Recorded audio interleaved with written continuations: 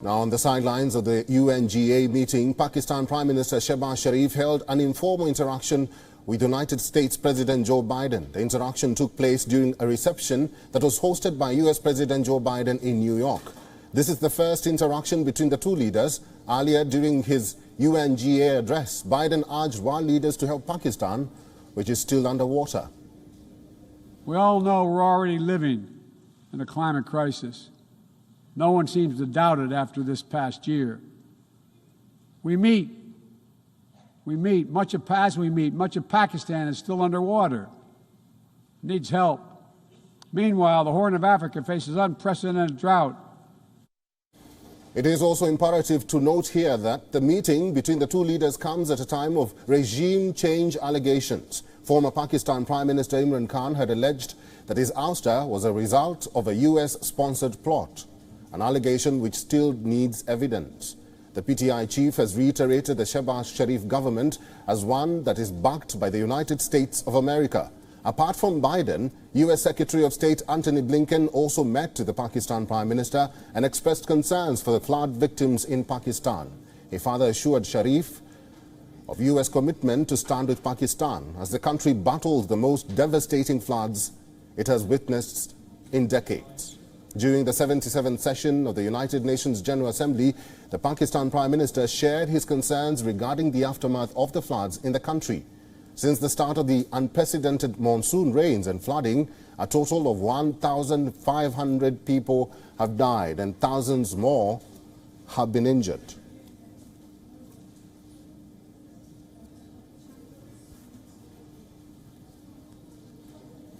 And for more on the story, WION's Pakistan Bureau Chief Anas Malik is now joining us live from New York. Hi Anas, maybe you can tell us the significance of Pakistan Prime Minister meeting the United States President. What does it mean for the country?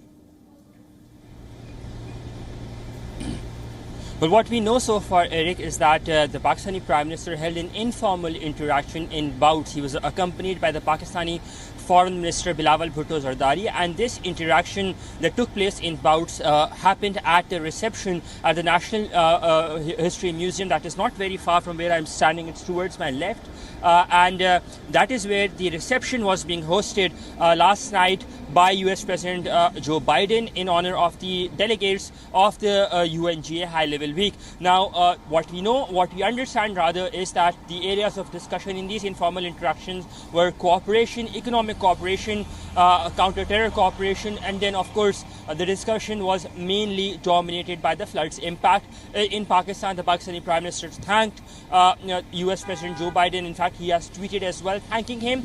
If we go forward, the ramifications of it, the beneficiary of this meeting is Imran Khan, and he has something more to harp on back home, because he has been saying that this incumbent government is quote-unquote a US imported regime. This is what he alleges, and Imran Khan had been striving to get a call during his 3.5 years, or rather his about 1.5 years in office, which were overlapped with President Biden's term in office as well, but there was no high-level contact. So this particular informal interaction will definitely be seen as a shot in the arm for the incumbent government that is led by the allies, and it will see a lot of critique back home in Pakistan, as in when Imran Khan gets an opportunity to speak.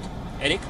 Anas Malik, what does it mean for Pakistan to get assistance from the West, having in mind that the government had initially sought help from international communities? Apart from the United States, is there another country that has come to the country's aid so far? Well, if you're talking about aid, particularly in terms of the aid items, Turkey and UAE have been at the forefront. Now, we've seen that recently flights have been landing from Saudi Arabia as well. China has been there. But in terms of monetary aid, if you're talking about, the British government has been helping Pakistan. The US side has been helping Pakistan, because the magnitude of the disaster is as such that Pakistan says it does not have the resources to rebuild the infrastructure. More than 6,000 kilometers of roads have been damaged. There's been greater loss of livestock, greater loss of food items, and there can be increased fears of a drought going forward in about a year and a half from now. So when it comes to monetary support, Pakistan's focus at the UN sidelines has been to make the world aware, and they've got ambassadors in form of President Biden. They've got the UN Secretary General very recently, Angelina Jolie, the Hollywood actor, is also in Islamabad. So they're making sure that people who matter, or people who are influencers in the Western world, they get to know the real picture so that they can advocate Pakistan's case to the international community. Eric? Live from New York, our Pakistan Bureau Chief Anas Malik, thank you.